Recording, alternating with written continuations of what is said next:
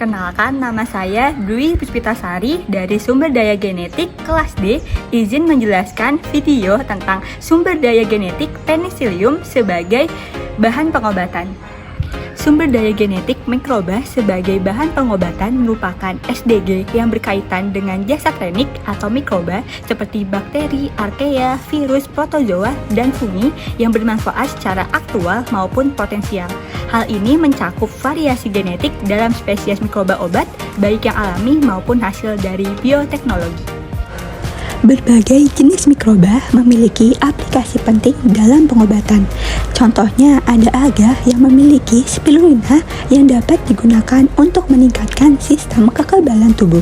Lalu ada bakteri, contohnya Lactobacillus yang digunakan sebagai probiotik yang digunakan untuk menjaga kesehatan saluran pencernaan. Lalu ada virus, contohnya adenovirus yang digunakan untuk vektor terapi gen dan berperan dalam pembuatan vaksin. Lalu ada protozoa yang digunakan untuk mengembangkan vaksin dan terapi berbasis antigen protozoa. Lalu ada archaea yang berperan dalam keseimbangan mikrobiota usus dan pencernaan yang sehat. Lalu ada fungi yang menghasilkan penisilin, antibiotik yang digunakan secara luas untuk mengobati infeksi bakteri. Penicillium merupakan mikrobia dari genus fungi Ascomycota yang dimanfaatkan untuk membuat obat. Penicillium dalam pengobatan bermanfaat sebagai antibiotik, obat transplantasi organ, antiinflamasi, dan anti kanker. Penicillium memiliki miselium yang bercabang dan bersepta. Sporanya seringkali berwarna biru dan hijau. Ia tumbuh dengan cepat dan berkembang di berbagai lingkungan. Penicillium adalah genus jamur yang menghasilkan sejumlah senyawa penting yang digunakan dalam pengobatan.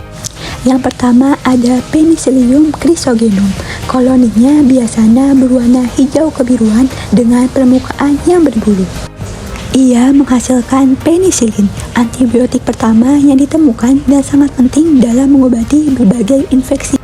Penisilin bekerja dengan menghambat enzim transpeptidase yang terlibat dalam sintesis peptidoglikan yang merupakan komponen utama dinding sel bakteri. Tanpa dinding sel yang kuat, bakteri tidak dapat mempertahankan tekanan osmotik internal yang menyebabkan lisis dan kematian sel bakteri. Berikut ini adalah beberapa jenis penisilin. Yang pertama ada amoxicillin yang efektif melawan beberapa bakteri gram positif dan gram negatif. Biasanya digunakan untuk infeksi saluran pernafasan dan kulit. Lalu ada methicillin bekerja dengan menghambat enzim yang terlibat dalam sintetis dinding sel bakteri. Hal ini menyebabkan dinding sel bakteri lemah dan akhirnya lisis. Ia dirancang khusus untuk melawan bakteri yang resisten terhadap penisilin. Lalu ada ampicillin yang hampir mirip dengan amoxicillin yang digunakan untuk infeksi saluran pernapasan dan meningitis. Penicillium griseofulvum menghasilkan griseofulvin yang digunakan sebagai obat anti jamur untuk mengobati infeksi kulit, kuku, dan rambut.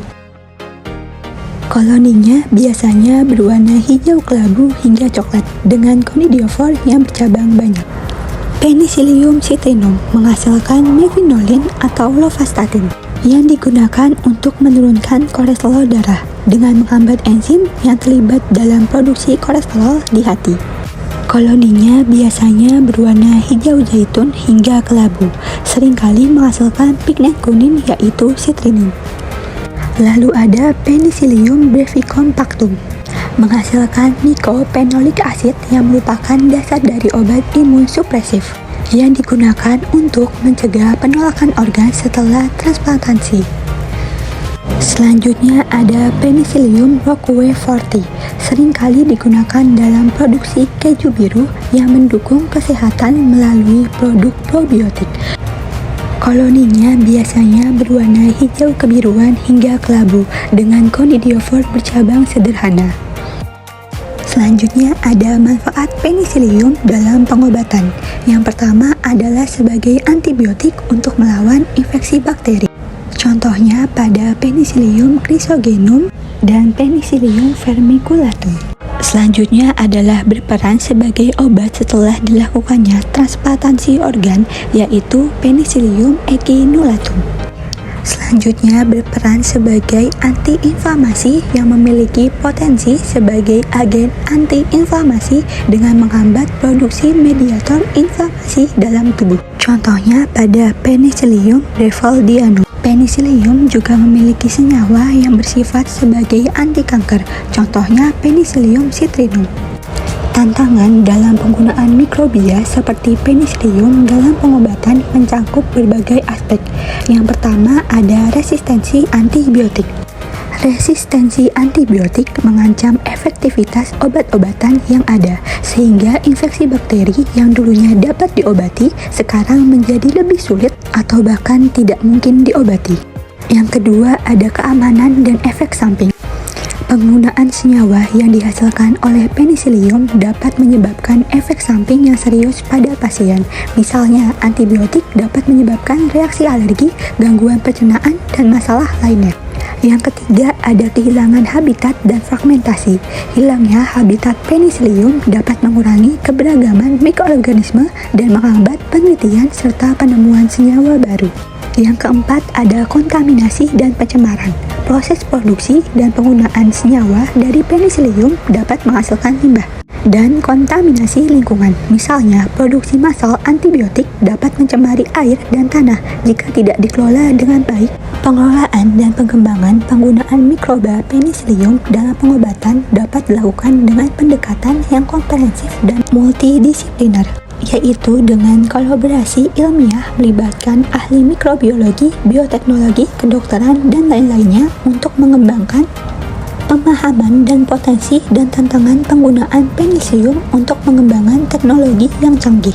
Selanjutnya, konversi dan penelitian berkelanjutan dapat dilakukan dengan melindungi habitat alami di mana penicillium tumbuh. Untuk memastikan keberlanjutan sumber daya genetika ini termasuk kebijakan konservasi lingkungan dan proyek rehabilitasi habitat. Selanjutnya ada peraturan dan kerangka hukum dilakukan agar dapat membuat standar dan pedoman keamanan yang ketat untuk penggunaan produk berbasis penicillium dalam medis guna memastikan keamanan pasien dan konsumen.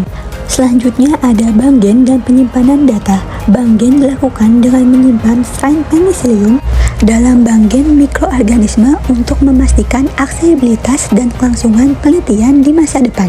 Koleksi ini juga dapat berfungsi sebagai cadangan untuk konservasi.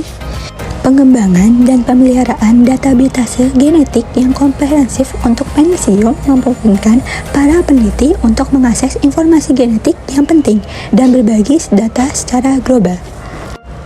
Yang kelima adalah edukasi dan kesadaran publik. Yang terakhir adalah produksi massal, yaitu mengembangkan metode produksi yang efisien dan ramah lingkungan untuk memproduksi senyawa dari penicillium dalam skala besar. Skalabilitas memastikan bahwa teknologi dan metode produksi dapat ditingkatkan dari laboratorium ke pabrik tanpa kehilangan efisiensi atau kualitas produk. Regulasi produksi merupakan penerapan regulasi ketat terkait proses produksi untuk memastikan bahwa produk yang dihasilkan aman, efektif, dan sesuai dengan standar internasional. Ini juga mencangkup pengelolaan limbah dan dampak lingkungan. Pendekatan terpadu ini memastikan bahwa pemanfaatan penicillium dalam pengobatan dilakukan secara bertanggung jawab dan berkelanjutan, sehingga manfaatnya dapat dilaksanakan oleh generasi sekarang dan mendatang. Sekian materi dari video ini, kurang lebihnya mohon maaf. Terima kasih telah menonton.